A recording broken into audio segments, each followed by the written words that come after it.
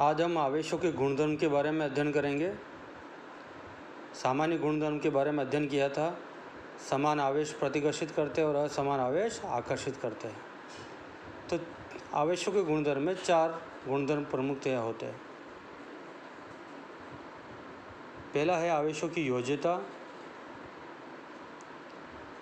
दूसरा है आवेशों की निश्चरता, आवेशों का संरक्षण, आवेशों का क्वांटम।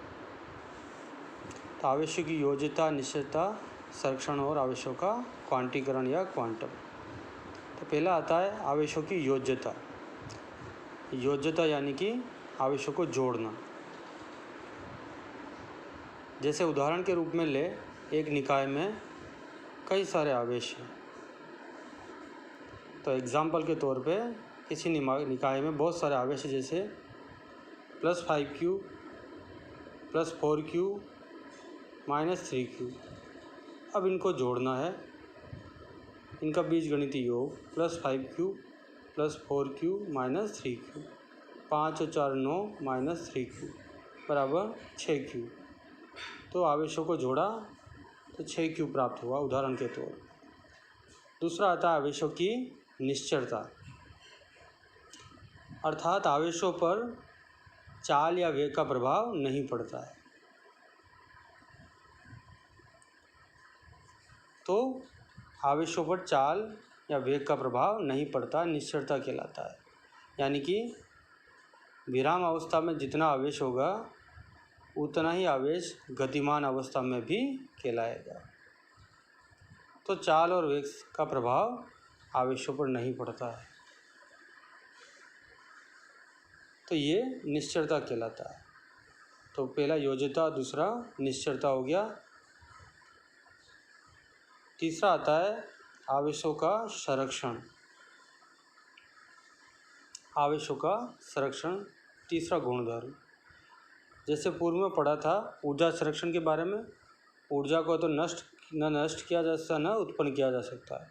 वैसे ही आवेशों को न तो उत्पन्न किया जा सकता है, न नष्ट किया जा सकता है।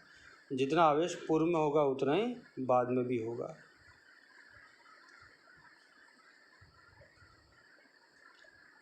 तो ये आवेशों का संरक्षण कहलाता है।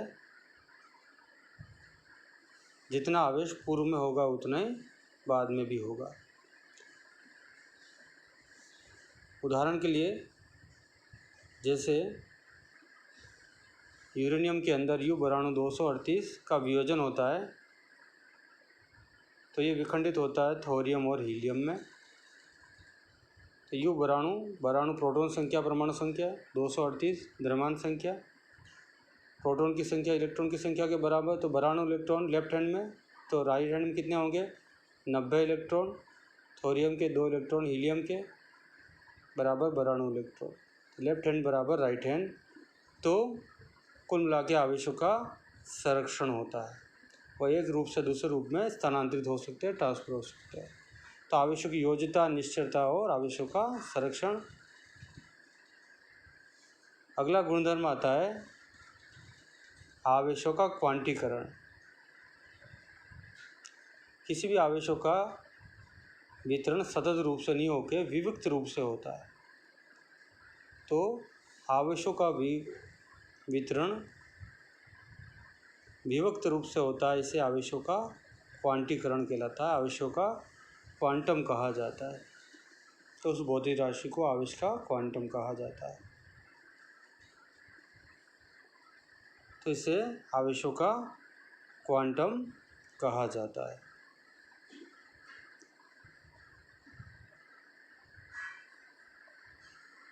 तो आवेशों का वितरण सतत न होकर विविक्त रूप से होता है। उदाहरण के रूप में, जैसे कांच की छड़ ली, उसको रेशम पे घिसा तो इलेक्ट्रॉनों का स्थानांतरण हो गया। कांच की स्केल प्लास्टिक की स्केल के लिए और सूखे बालों पे घिसा तो इलेक्ट्रॉनों का स्थानांतरण हो जाता है। तो नंबर ऑफ इलेक्ट्रॉन को n से लिखा जाएगा। तो n × e को मल्टीप्लाई करेंगे तो सूत्र बराबर होगा Q बराबर Ne। n पूर्णांक संख्या, +-1 चलेगा, +-2। Q बराबर Ne, n परिमाण हो गया। तो परिमाण आवेश का क्वांटम Q परिमाण में इलेक्ट्रॉनिक आवेश के गुणन के बराबर होता है। तो n +-1 +-2 पूर्णांक संख्या चलेगी। E जो होगा यहाँ पर इलेक्ट्रॉनिक आवेश पूर्व में पता है 1.6 कूलाम के रूप में कहलाएगा। तो Q बराबर यानी सूत्र प्राप्त हुआ, आवेश का क्वांटम परिमाण में इलेक्ट्रॉनिक आवेश के गुणन के बराबर होता है। तो ये आवेश का क्वांटीकरण कहलाता है, Q बराबर NE। तो इस सूत्र के द्वारा आवेश का क्वांटम प्राप्त कर सकते हैं। N का मल्टीप्लाई E से हो रहा है, तो Q बराबर NE के रूप में प्राप्त होगा। एक आंकिक प्रश्न न्यूमेरिकल हल कर सकते हैं।